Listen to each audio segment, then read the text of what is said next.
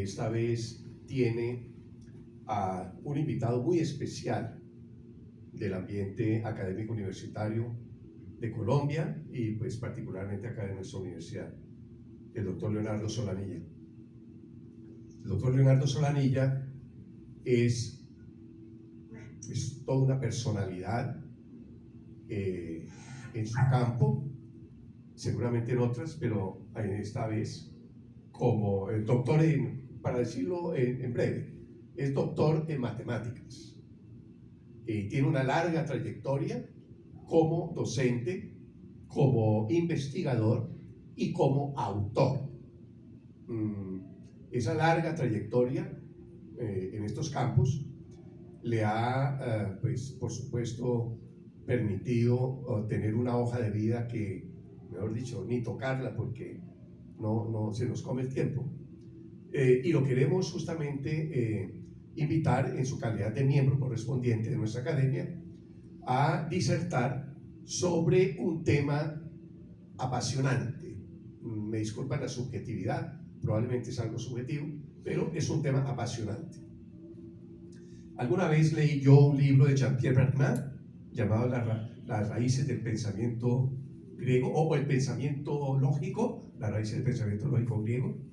Es un antropólogo de origen judío, pero francés, que trata con enorme solvencia pues, este tema capital de los orígenes de la cultura occidental.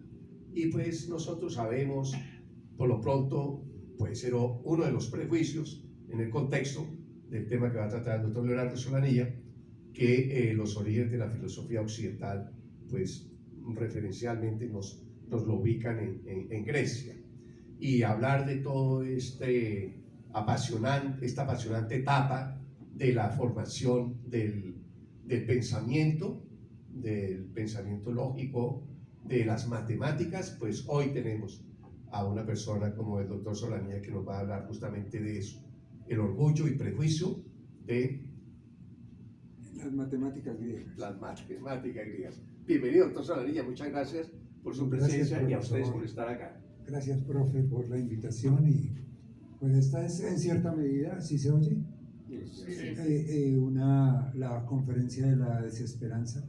Yo la envié a la academia porque estoy escribiendo algo sobre la historia del cálculo y pensé que nunca se iba a poder realizar porque he visto que están pues, con muchas actividades, ¿no? Muchas gracias por darme este espacio. A todos los que me ayudaron. Bueno, esto nació principalmente de dos cosas. Primero, pues de que vi alguna vez en el WhatsApp de la academia, en el chat que tenemos todos, que alguien empezó a hablar de política como muy duro, ¿no? Tal vez referente al gobierno actual, algo así. Inmediatamente una profesora muy puestecita en su lugar le dijo que, o alguna de las le dijo que por favor no se hiciera política. Y yo dije, uy, qué duro es aquí en esta academia donde hay personas que son y que han sido tan importantes para la política nuestra departamental y de la ciudad, hacer una historia sin política, porque cómo despojarse uno de todo prejuicio, de toda, es casi imposible, ¿no? De hecho, la profesora Naceli, que está escuchándonos, ella dice que nunca ha creído que uno se pueda realmente limpiar para alcanzar esa soñada neutralidad valorativa en las cosas. Y segundo, también pensando en los estudiantes. A mis estudiantes, sinceramente, no los invité porque ellos ya no quieren oírme más. Entonces, ya sé que es mejor así. En cambio, los estudiantes de historia sí es una invitación, como lo señalaba muy bien el profe Hernán, es algo como básico, ¿sí? Porque, por ejemplo, se estudia la cultura griega, bueno, en Platón, los diálogos y todo se estudia así, y la matemática, que cómo vamos a entender completamente la cultura griega de la antigüedad si no entendemos también la matemática. Y lo mismo con el siglo XVII, el Renacimiento. ¿Cómo vamos a entender el Renacimiento si no entendemos el álgebra renacentista, por ejemplo, que hace parte del pensamiento de esa época? así. Entonces esta conferencia realmente tengo es que, primero que todo, desacreditarla, porque es anticuada, tal vez un poco pasada de moda, porque estos métodos y estas formas que vamos a usar aquí, me siento que son como de otra época, ¿no? Más ahora con lo que está pasando en el mundo. Las tradiciones académicas se están perdiendo, ya no tenemos imperio español, ya no somos súbditos del rey de España, y el imperio estadounidense pues parece que está en crisis. El presidente Trump acaba de retirarle los fondos a Harvard que le daba siempre, entonces no sabemos qué va a hacer la universidad. Entonces esto parece ser como de otra época, y ahí están esos libros viejos, los elementos de Euclides en árabe, en griego y en latín. Bueno, empecemos. Ahora sí, entonces, con esa advertencia, pero sin embargo vamos a ver que muchas de esas cosas, de la manera de pensar de los antiguos griegos, todavía subsiste hoy y nos causa dolores de cabeza. Bien, comencemos tenemos que empezar desde las matemáticas, porque si esto va a ser matemáticas, la matemática es algo cultural, es algo natural y debemos verlo así.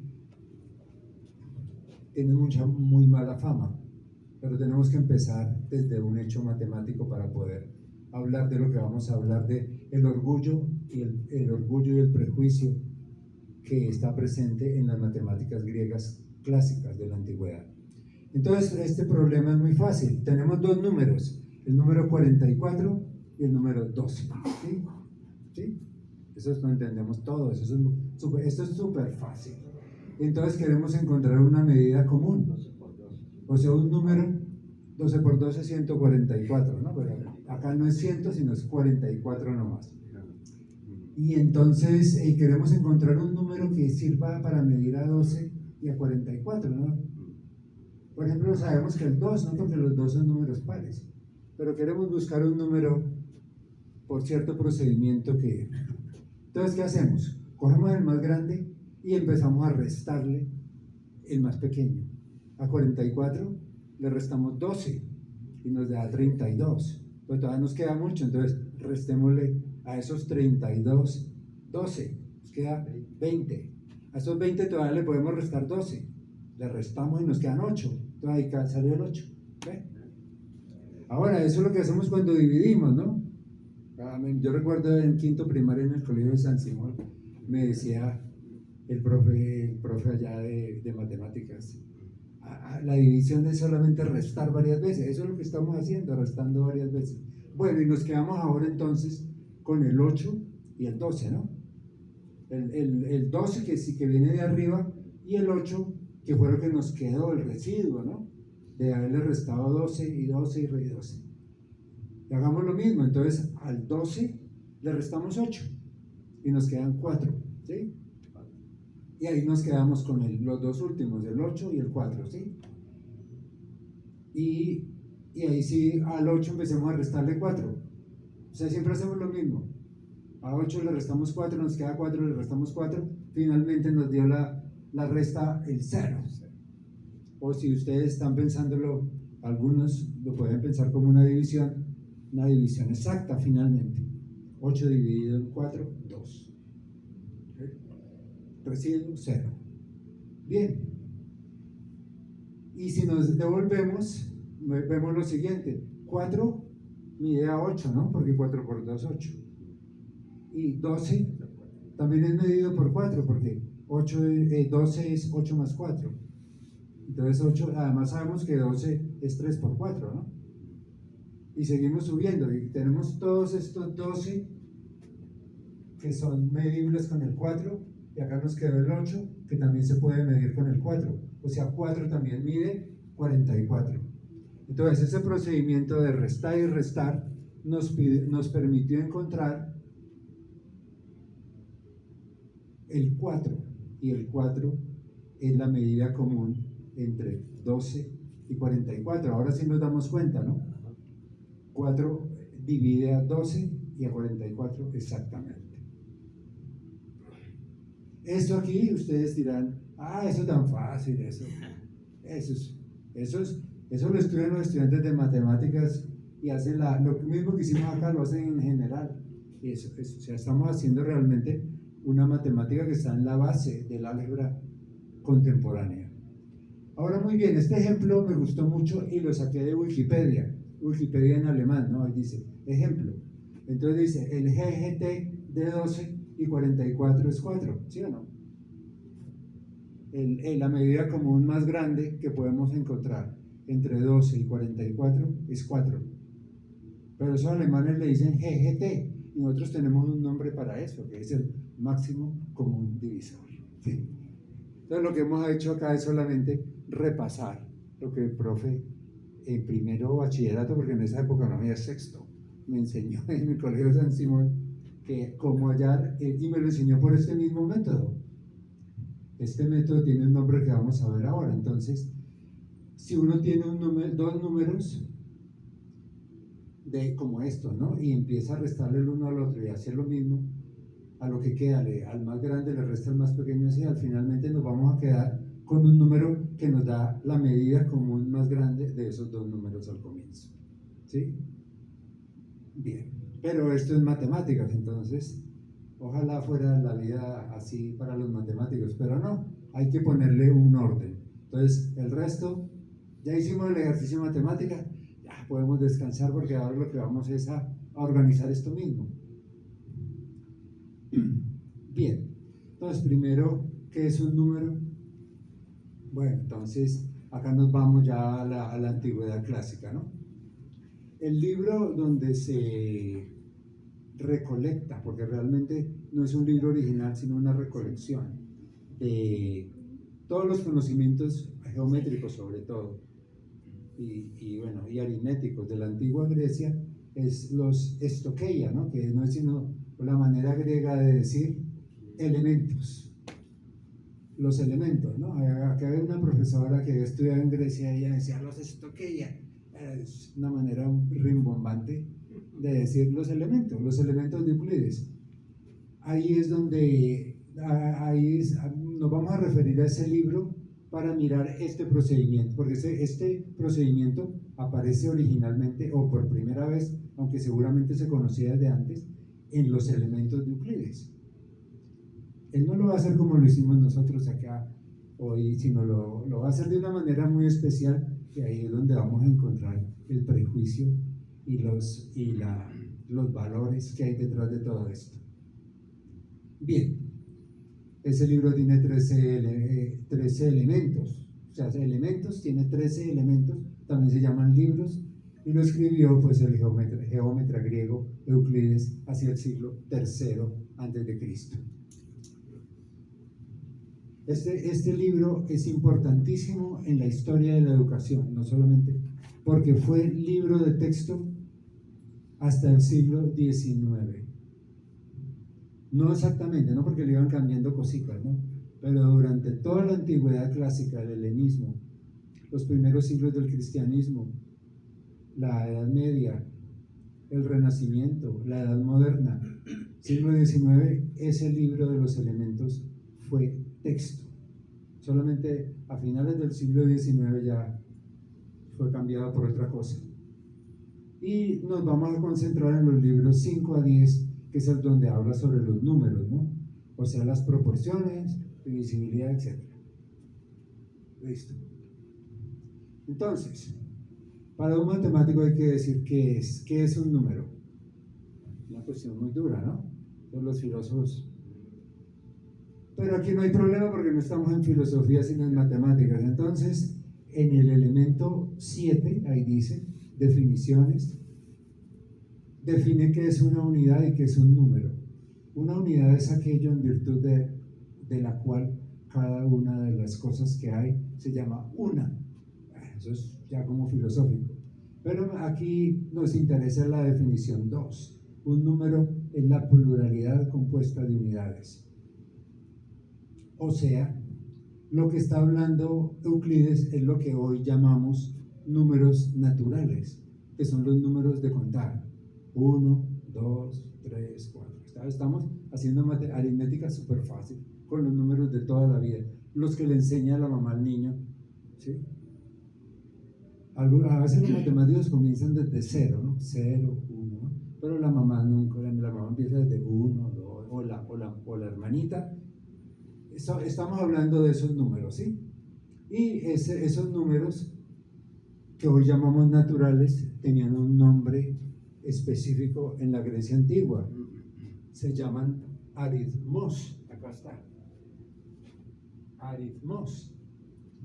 Que ahí donde viene la palabra aritmética, ¿no?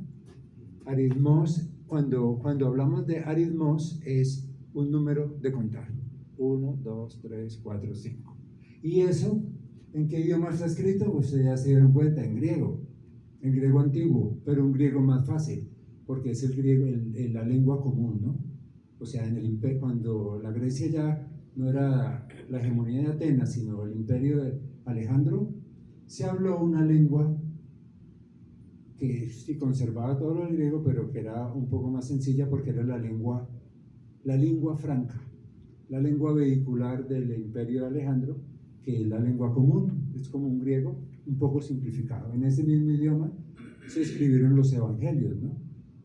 O sea, por eso los hermanos cristianos, bueno, y algunos católicos como yo, nos gusta mirar los Nuevos Testamentos en griego, ¿no? Bien. Seguimos. Entonces, estamos hablando solamente de números de contar, no hay números complicados.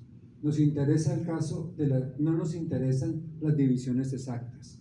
O sea, por ejemplo, si nos hubieran dicho 36 y 12, no, ese ejemplo no es interesante, porque 12 por 3, 36.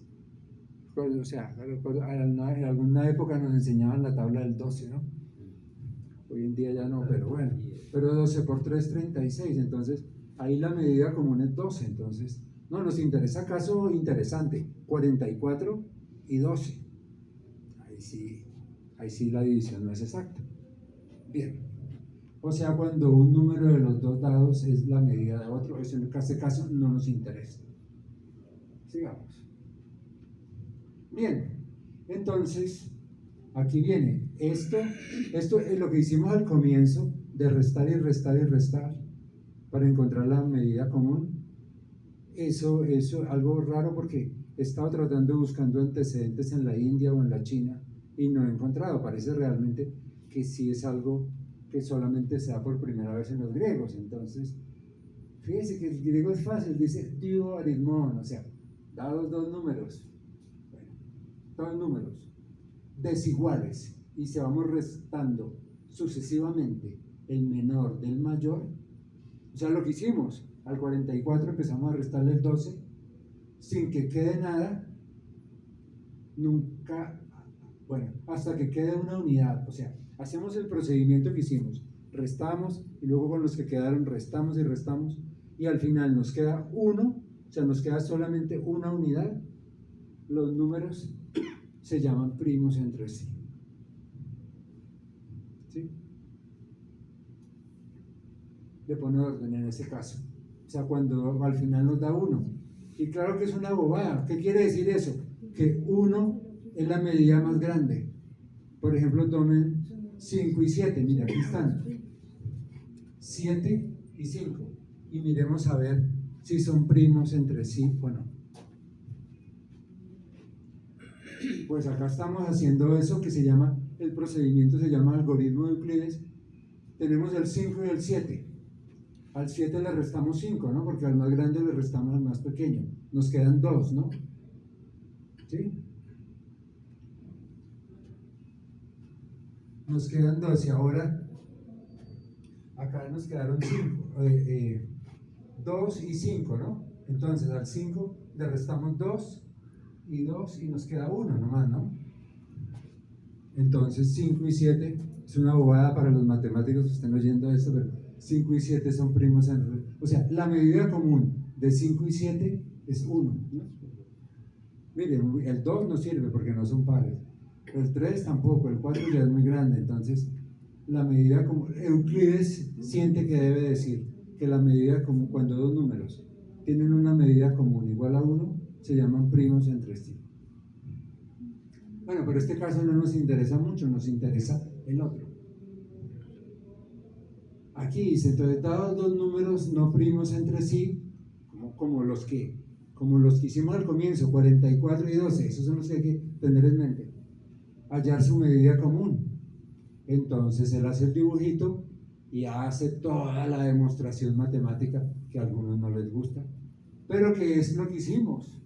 O sea, él lo hace aquí en general. Coge este pedazo y este pedazo, son los números, y a este lo pasa acá, se lo resta y se lo resta, empieza y resta, hasta que ya queda algo muy pequeñito, y luego con lo que queda, vuelve y hace lo mismo de restar y restar y restar y restar, ¿sí? Y al final encuentra la medida común máxima. No va a dar uno, ¿no? Porque los números los tomamos que no son primos entre sí, ¿no? ¿Sí? Entonces la medida ahí, el procedimiento, los griegos como tenían nombre para todo, al algoritmo de Euclides, a este procedimiento de restar y restar, y luego con lo que quede volver a restar y restar, y con lo que quede volver hasta que pare, le daban este nombre, antifairesis. Antifairesis es solamente un nombre un poco arrogante para decir vamos restando y restando y restando y restando, o sea, vamos dividiendo. Bien. Bueno, y el ejemplo que hay que tener, ese ya vimos, y por las caras de ustedes ya me he dado cuenta que lo habían entendido, ¿no? Ese procedimiento que hicimos al comienzo, los griegos lo dominaban y le tenían un nombre que era antifairesis. Bueno. Y hoy en día se dice que los matemáticos, los estudiantes de matemáticas sacan el pecho y dicen muy creídos que hallan el máximo común divisor usando el algoritmo de Euclides. Pero nosotros ya sabemos que eso no es realmente nada difícil, sino algo muy fácil. Seguimos. Bien, muy bien. Entonces, ahora sí, ya para los que estaban pensando que el trago amargo era las matemáticas, ya pasó. Disfrutemos. Fíjense que la matemática es muy fácil. Los números aritmoi, exacto. ¿Se estudia griego? ¿Quién dijo aritmoi? O sea, los números, es en plural, ¿no? Los números, o sea, los números de contar, ¿no? 1, 2, 3, 4. Parecían brindar un paradigma que cobijaba todo. Entonces acá empieza el cuento que me imagino que le gusta al profesor Hernán, que es todo lo que hay en el universo se puede, digamos, de este tipo de cosas, aritméticamente, se puede modelar o trabajar o entender con los aritmoi, con los números de contar. Las artes plásticas, la música, el movimiento de los planetas, las esferas. Solamente para dar un ejemplo, porque no hay mucho tiempo. El ejemplo en las artes plásticas, en la escultura. Este es un dibujo es una escultura que es una copia romana del Diróforo de Policleto. Doríforo significa el portador de la lanza, ¿no? Porque aquí debe tener la lanza, pero ya la lanza se le perdió. ¿Sí? El que tiene la lanza, y miren, la altura, y eso además lo pueden buscar en la internet, es el modelo de todas las proporciones. Si usted quiere tener la belleza griega clásica, la longitud de su cuerpo tiene que ser 7 veces la de la cabeza. Por ejemplo, yo no clasifico porque soy muy cabezón. Pero si ustedes quieren tener esa figura ahí del Doríforo, son 7 cabezas las que forman la longitud del cuerpo. Y esos son números de contar, 1 y 7. O sea, la cabeza es 1/7 de la longitud del cuerpo. Y así en la internet hay muchísimas. En la música ni se diga, ¿no? Porque, por ejemplo, una octava es 2 veces la frecuencia, o sea, también un número de contar, 2. ¿Sí? O sea, y los intervalos de cuarta, de quinta, todo eso está hecho con números de contar, con aritmoi. ¿Sí? Ese modelo de belleza para la escultura se llama el canon de Policleto. Policleto es un escultor griego. La idea de la belleza se encontraba en la armonía y el equilibrio. Establecía relaciones matemáticas entre las diferentes partes del cuerpo, por ejemplo, la altura de una persona 7 veces la altura de su cabeza, y el pecho, o sea, aquí viene otra, pero hay muchísimas. El pecho es 6.5 veces la muñeca. 6.5 es 13 dividido en 2, ¿sí o no? 13 dividido con los números de contar, 3, o sea, la proporción, creo que tampoco la tengo yo, ¿no? El pecho a la muñeca, el pecho debe ser 6.5 veces la circunferencia de la muñeca. Bien, hasta aquí todo maravilloso. Digamos, este es el ideal griego. Sin embargo, es como un paraíso, pero todo paraíso tiene una serpiente, ¿no? Y en las serpientes son las magnitudes.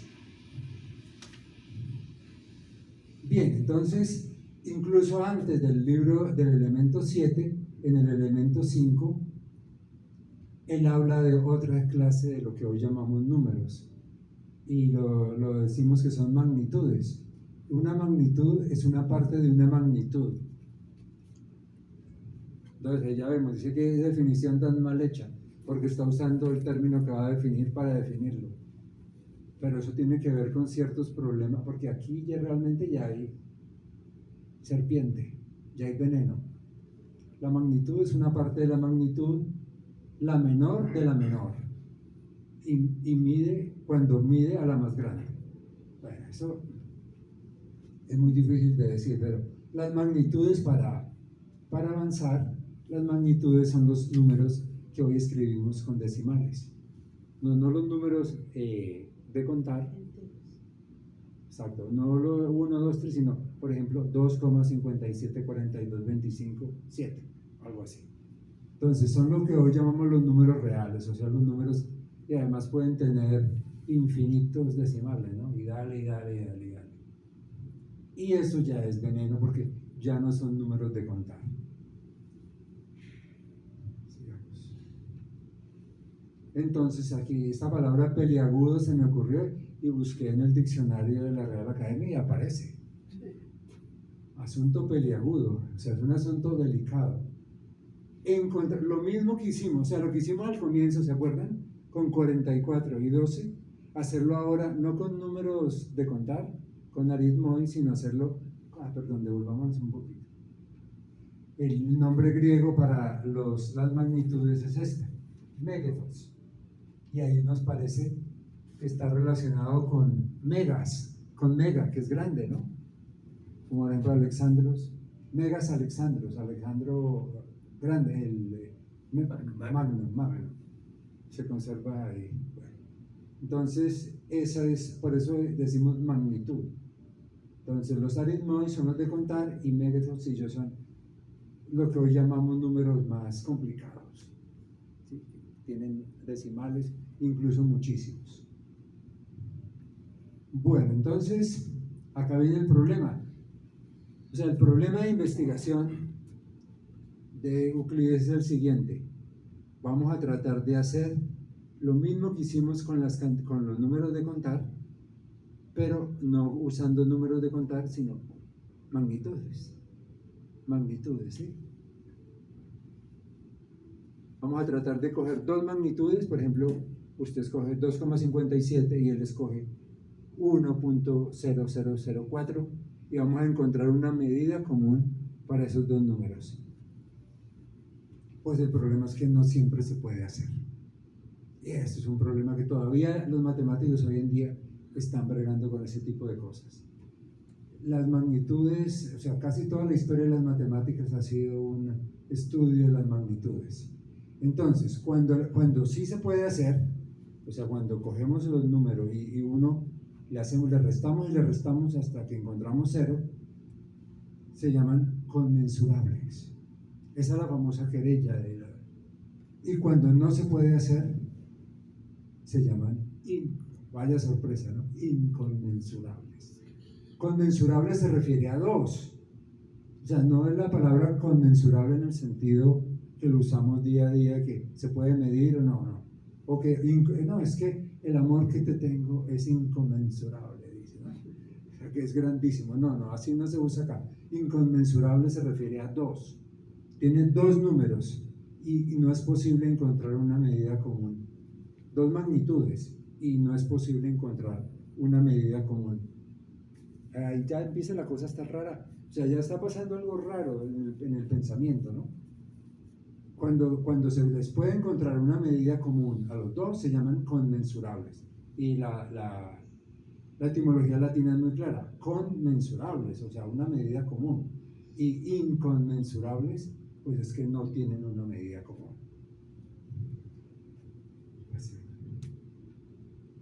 Entonces trata de hacer Euclides el algoritmo, Euclides sí trata de hacer de lo que hoy se llama algoritmo de Euclides para las magnitudes. Entonces se plantea ese problema. Dadas dos magnitudes conmensurables, encontrar la medida común. El proceso es el mismo. Coja la más grande y empiece a restar la más chiquita. Le queda un pedazo, coja la más pequeña, empieza a restar y reste y reste y reste y reste hasta que es. Pero las magnitudes tienen que ser conmensurables, ¿sí? Conmensurables, porque si son inconmensurables no vamos a encontrar una medida común máxima, ¿sí? Es pura lógica, ¿no? Fíjese cómo es la cosa. Sí. Y el proceso también se llama antifairesis, que es restar y restar y restar hasta que para.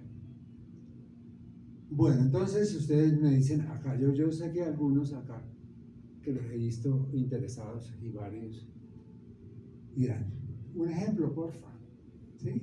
Porfa, un ejemplo. Y es aquí donde empezamos a ver el prejuicio. No se dan ejemplos en los elementos. En el libro, el ejemplo que hicimos de 14 y 12, perdón, 44 y 12, ese ejemplo yo lo traje aquí y lo encontré en Wikipedia. Hoy en día estas cosas se hacen explicando. Uno en clase tiene que dar ejemplos, si no, no está nada. Pero aquí en el libro de los elementos, que son como 13, los elementos son 13 libros, no hay un solo ejemplo. Acá está pasando algo raro.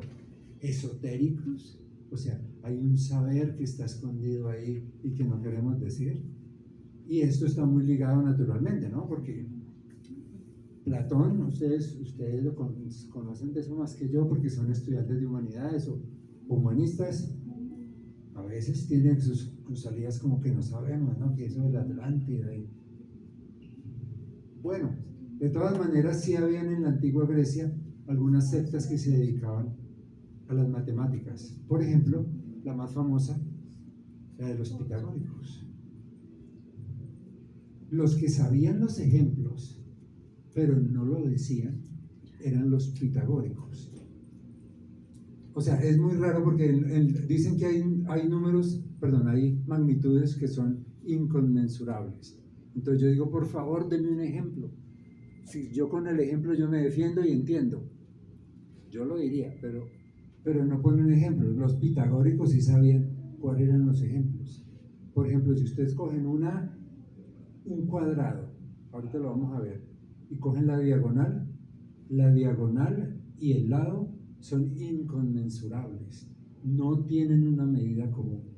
Y es durísimo de demostrar eso, durísimo. Y lo mismo, cojan un pentágono, ¿no? O sea, un polígono de 5 lados y tracen una diagonal. La diagonal y el lado tampoco son conmensurables, son inconmensurables. O sea, esto lo que quiero aquí para el objetivo de la charla es que habían ciertas cosas que no se decían. Todo el mundo sabía a qué se referían, pero no quedaron por escrito en el libro. Veamos. Bien, entonces aquí sí lo hicimos, ¿no? En el año, no me acuerdo qué año fue, como el 2018, no me acuerdo. Entonces, lo que los pitagóricos sabían y lo que Euclides y en la academia se sabía, era que si tomamos un cuadrado, ¿no? Y este que está aquí, es la diagonal, ¿sí? Entonces, como todo es un cuadrado, todos los lados son iguales, ¿no?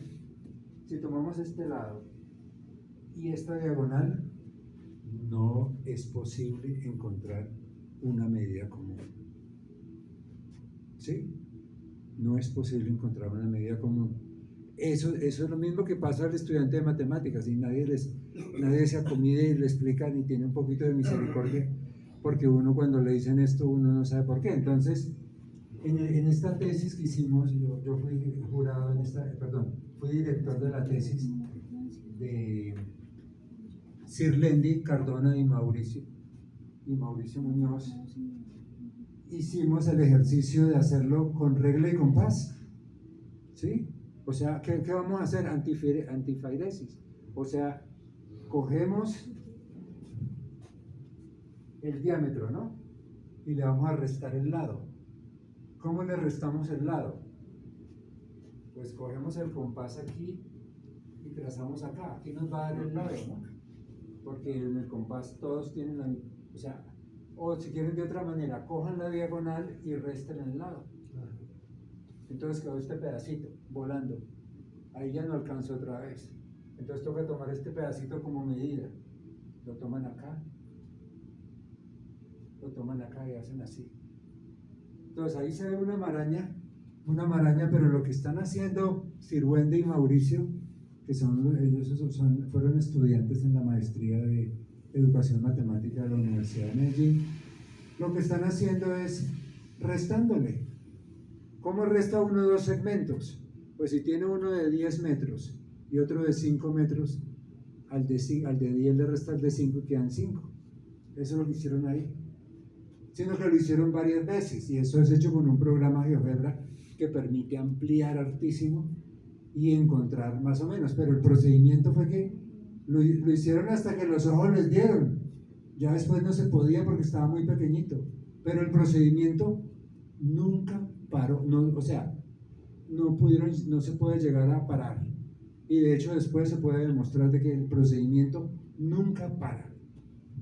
Cojan el lado y traten de medir la diagonal por el procedimiento que dijimos del comienzo, nunca para.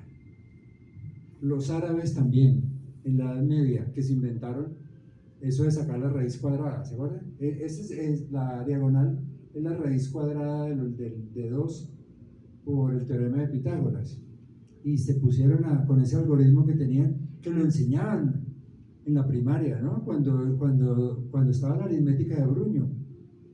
Yo no sé, a mí me tocó ya la matemática, yo soy viejo pero no tanto. La aritmética de Bruño, a él les enseñaban.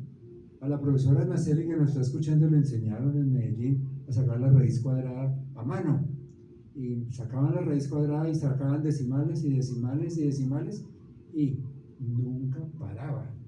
Podía estarse los estudiantes sacando toda la noche y no paraba, y dedicar el resto de su vida a sacar pedazos, a restar de donde restaba y nunca para. Entonces eso es algo terrible, o sea, acá nos reímos, ¿no? Pero eso fue algo terrible para las personas que creían que todo se podía hacer con los aritmoi, con números de contar, porque en las magnitudes sucede lo más terrible, que es el infinito. Usted nunca va a parar. Hágale. Bien. Esto no está en los textos griegos, ¿no? Esto es una tesis de 2018, creo, de un trabajo allá que se trató de reconstruir cómo hubiera podido ser. Pero esto nunca lo anotaron. ¿Por qué? Porque, no sé, creo que por prejuicio o por orgullo, no sé. Sigamos. Bueno, entonces vámonos a eso de los pitagóricos para ver también, esto es como leyenda, ¿no? Es como lo que se cuenta a veces de Armero, ¿no? Que hay cosas que no se saben, alguien decía no se sabe bien qué pasó, pero que contaron esto, que fulano, bueno, eso también es así, es como una leyenda. Y pasó, fue un pitagórico al cual se le dice que él descubrió que estos números, por ejemplo, el lado y la diagonal eran inconmensurables. O sea, no se puede medir uno por el otro por más divisiones y divisiones que haga. Realmente se sabe muy poco de Hipaso, ¿no? Creo que de Metaponto, o sea, en la Magna Grecia, o sea, lo que es hoy Sicilia, el sur de Italia, pero pues, hay un comentarista que se llama Jámblico, que tampoco se conoce mucho de él, pero se conservan sus escritos, y dice que los seguidores de Pitágoras se dividían en 2 clases. O sea, habían dos clases de alumnos, como si dijéramos hoy en día en un colegio, en una escuela o en la Universidad del Tolima, tenemos dos clases de estudiantes. Unos, en el programa de matemáticas de la universidad, unos se llaman los acusmáticos y otros se llaman los matemáticos. Naturalmente, los que van a estudiar todo como es, con toda la dificultad, se llaman matemáticos, ¿sí?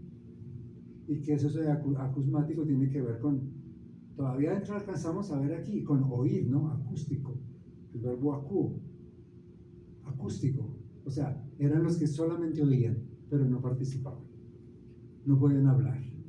Es como si uno dijera, la mitad acá de la clase no habla y la otra mitad sí puede hablar. Y paso era acusmático, o sea, y paso, perdón, era de la categoría más baja.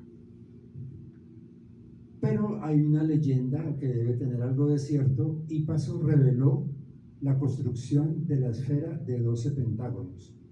Bueno, eso es algo que tiene que ver con un sólido ahí platónico, pero lo importante es que son pentágonos. O sea, Hipaso fue el que reveló que la diagonal del pentágono era inconmensurable con su lado. Y dice Jámblico, pereció en el mar como hombre impío, y aún así recibió la gloria de ser el inventor. O sea, pereció, cometió una falta contra la comunidad y contra el orden del universo y contra todo. Algunos dicen incluso que fue Pitágoras el que lo mató. Otros dicen que no lo mataron, sino que lo expulsaron, pero que se prohibió decir su nombre como si estuviera muerto. O sea, lo mataron psicológicamente. Y recibió la, pero a pesar de todo eso, que para ellos era malo, o sea, como que reveló un secreto de la comunidad que no debería haberlo hecho, un sacrilegio, un pecado. Recibió la gloria por ser el inventor. O sea, toda Grecia le da el honor. Ahí pasó de ser el descubridor de los inconmensurables. Y su fama se difundió por toda Grecia. Divulgó los secretos de los inconmensurables. Así, los inconmensurables sí son realmente cosas duras de digerir, y ese señor divulgó eso que acababa con el orden cósmico, ¿no? Porque todo era con los números de contar, todo funciona, pero con las magnitudes no. Entonces ahí ya se empieza a ver, es como les digo, empieza uno a ver que hay algo raro, ¿no?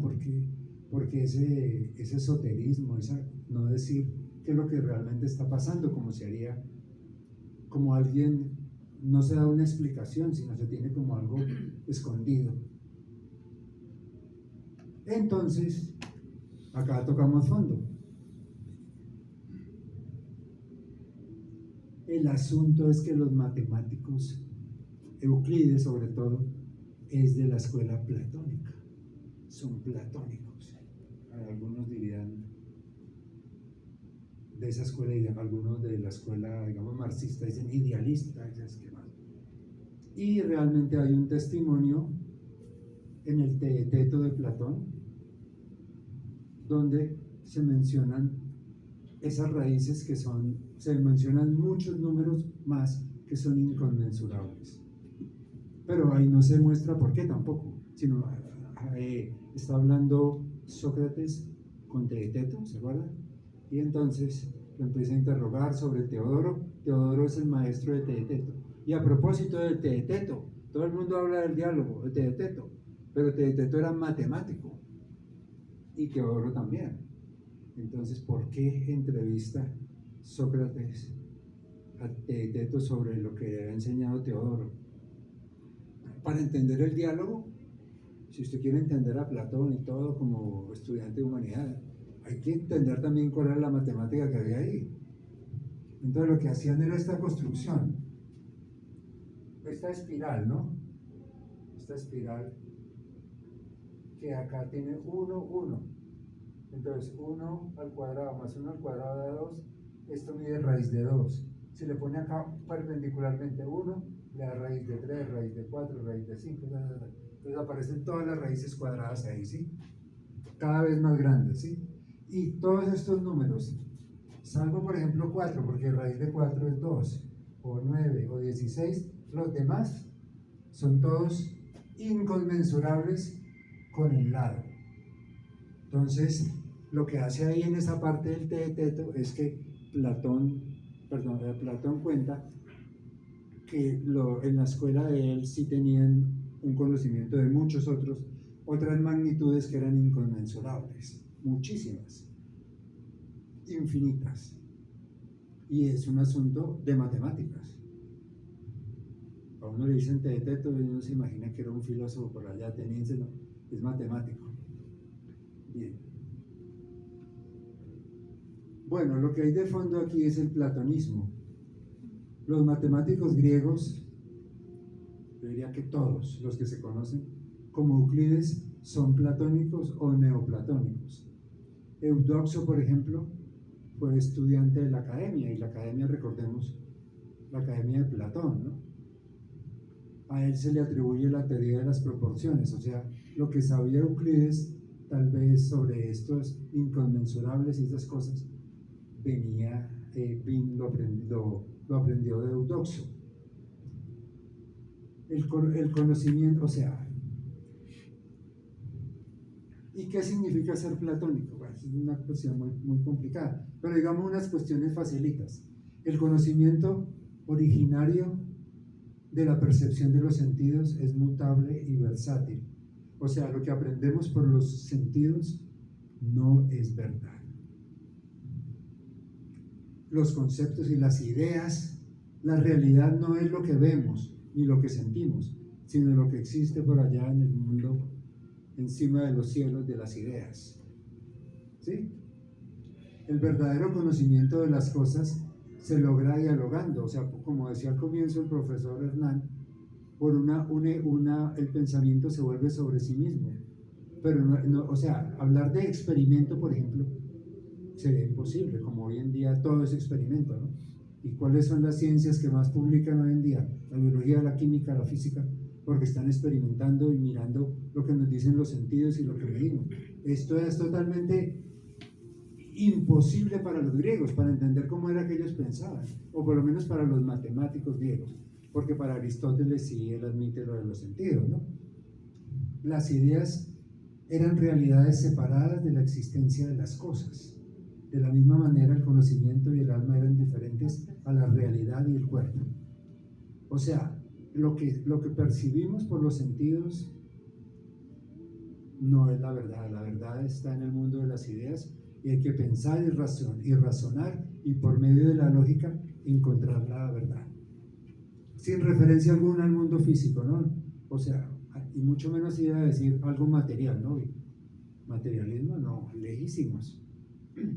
Y recordemos a propósito a los filósofos eleatas, ¿no? Como por ejemplo Zenón de Elea, que decía que el movimiento era una pura ilusión, las cosas no cambian, las cosas no se mueven. La flecha, Aquiles y la tortuga, esas cosas. O sea, la matemática nace en el seno del platonismo, con una visión que desprecia totalmente lo práctico y lo de los sentidos, lo material, y la verdad hay que buscarla únicamente con la razón y con unas premisas y con la lógica. Podemos pasar esto. Y esto origina una disputa durante toda la antigüedad, también persiste en la Edad Media. Hasta el siglo XVII sé que llega, que es la querella entre platónicos y peripatéticos. Y los peripatéticos, pues recordemos, son los seguidores de Aristóteles, porque caminaban en el Liceo, ¿sí? Y acá estos son dos. Esta sí es un mosaico, creo, antiguo de la Academia de Platón, y estas son las ruinas del Liceo de Aristóteles, que todavía dicen que están en Atenas.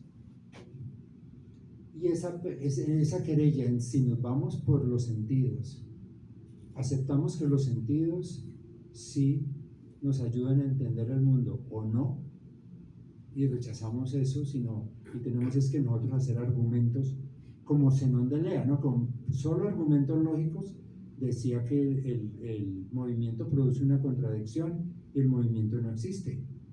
cuando vemos que Aquiles pasa volando y pasa la tortuga, es mentira. Es un engaño de los sentidos. Bien. Bien, entonces, a propósito del teeteto, el teeteto es muy difícil, ¿no? Pues sí, yo no me voy a meter ahí, pero una de las conclusiones del teeteto es que el conocimiento debe ser general y no particular, y por eso no daban ejemplos, naturalmente.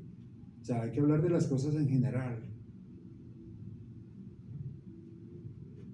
como hablan algunos políticos, pero no concretan nada. Y el desprecio por la, o sea, el aprecio de lo general, o sea, las verdades deben darse así. Si dos números son conmensurables, dos magnitudes son conmensurables, podemos encontrar la medida común. Ahora, ¿cómo en qué ejemplo? No importa. Pues la demostramos con la lógica, y realmente desde la lógica no tiene ninguna objeción. Y el desprecio de la logística. Pero en esa época la logística no es lo que es hoy, ¿no?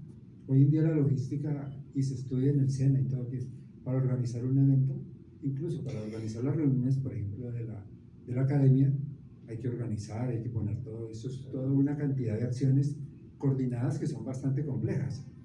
Pero eso no era la logística para los griegos, la logística era los cálculos concretos. O sea, vamos a sumar 3 más 5. Entonces uno lo puede hacer con los dedos o con piedritas. Ahora divida 138 en 24. Entonces escribo aquí, como nos enseñaron en la primaria, y dividimos. Los matemáticos griegos despreciaban esos algoritmos, esas cuestiones prácticas. Incluso yo estuve hace poco tratando de mirar cómo era que los antiguos griegos practicaban la aritmética. Y se sabe muy poco. Estos señores que están acá son unos alemanes que investigaron durante el siglo XIX, ahí están las fechas de las obras, cómo era que los griegos sumaban, restaban, multiplicaban y dividían. Y realmente se sabe muy poquito. En cambio, los elementos sí se conservaron. O sea, no se conservan de los griegos pergaminos o tablas de arcilla donde hicieran multiplicaciones, sumas, ¿no? Y debían hacerlas, porque acuérdense que eso era un imperio, bueno, era un estado muy potente. Atenas tenía una flota de barcos, tenían que saber cuánto trigo llegaba y salía y medir los barcos, y hacían clepsídras, o sea, relojes de agua. Pero no se conserva nada de eso. No se sabe bien cómo lo hacían. ¿Por qué? Ahora sí, por orgullo y prejuicio. Por el desprecio de todo lo que fuera concreto. Ahora ustedes dirán, no, pero eso lo hacían en toda la antigüedad. No, no es verdad. Es una gran falta, porque la matemática babilonia, por ejemplo,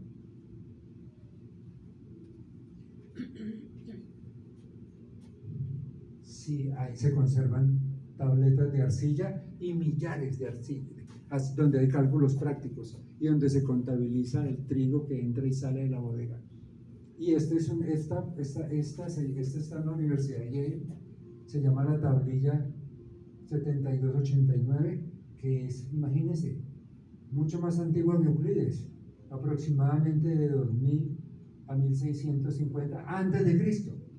Y ahí sí se calcula la diagonal que Mauricio y Siruende trataron de aproximar. Claro que con números base 60, ¿no? Porque ellos son babilonios. Pero lo que quiero decir es que los babilonios sí hacían aritmética práctica y se conserva y se sabe. Y los egipcios ni se diga, porque están todos esos papiros, el papiro de Rin, todo eso, donde hacen cálculos de cómo medir la tierra, cómo medir el terreno, cómo medir si tengo tantos sacos de trigo, cómo divido. Entonces los griegos despreciaban esto. Lo que ellos llamaban la logística, o también la llamaban logismos, se opone al saber verdadero. El saber verdadero es general, es el de la aritmética. O sea, la aritmética entendida así como el estilo de que dice las verdades absolutas, pero desprecia todo lo que es el ejemplo y el caso práctico y concreto. La aritmética sí es una ciencia de verdad, en cambio la logística se perdió. Y tampoco ni los bizantinos conservaron nada de eso.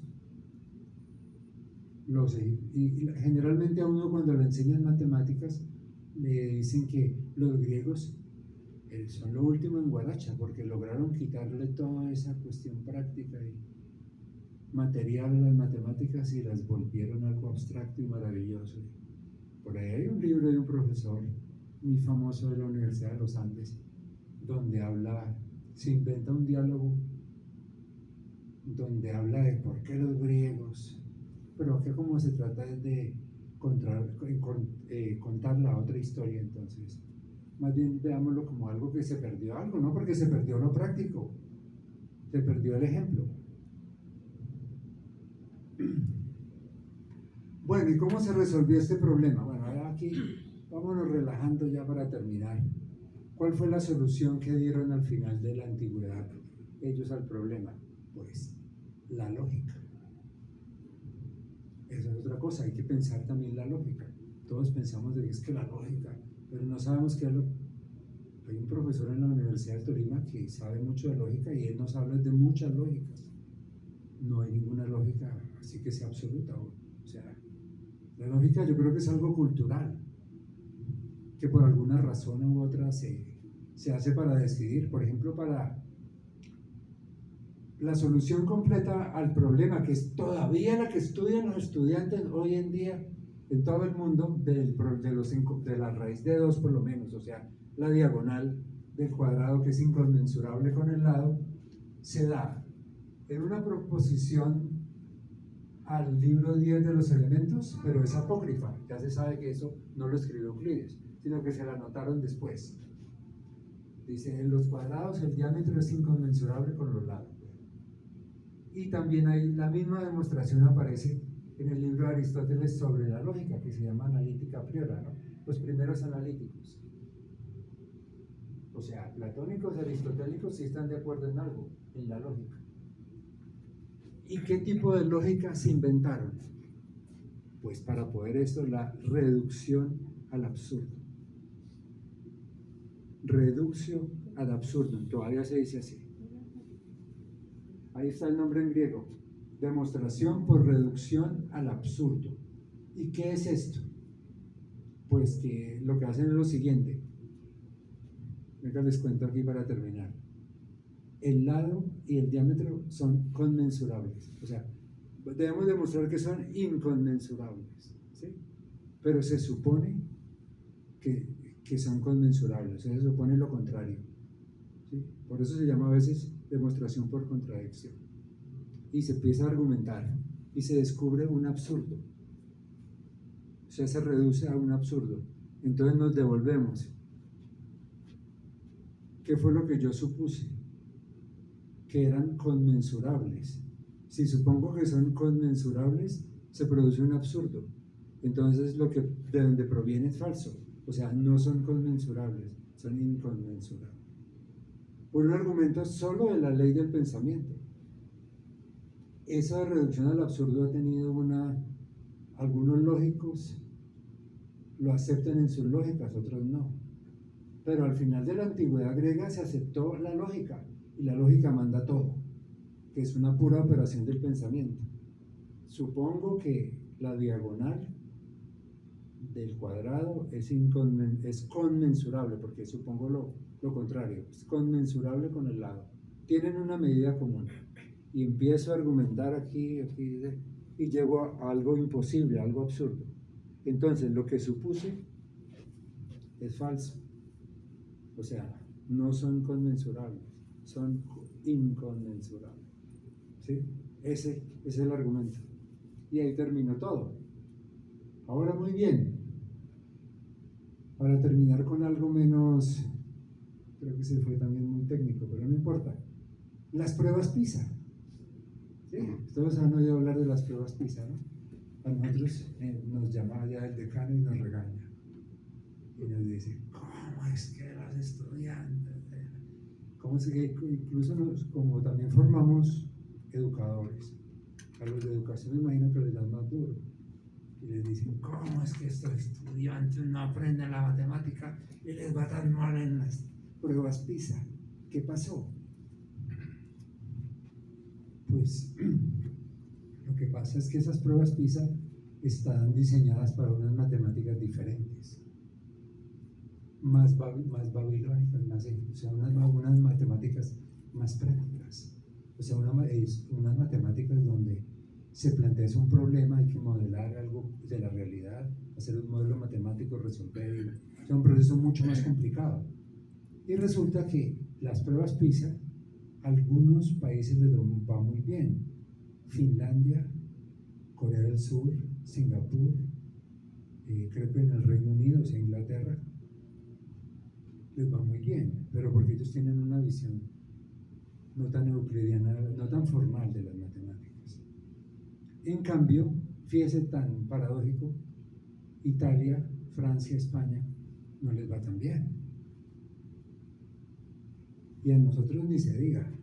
¿Por qué? Porque es que la matemática que enseñamos es una matemática puramente formal, en el sentido de la lógica y de lo, o sea, viene de la mitad del siglo pasado, el siglo XX, que el Bourbakismo, que es una matemática totalmente abstracta, donde no se ve, aunque es motivada naturalmente por los problemas materiales y reales, pero no se ven. Entonces yo les digo, acostumbrémonos más bien a que nos va a ir mal en las pruebas PISA, porque hasta que no cambiemos nuestra concepción de las matemáticas a algo que sea como más tecnológico, algo así, no diría yo, o algo más cercano al mundo, nos van a estar regañando, porque estamos acostumbrados a unas matemáticas que son así, algo como que digo, separadas del mundo. Terminamos muy temprano, muchas gracias. Muy bien.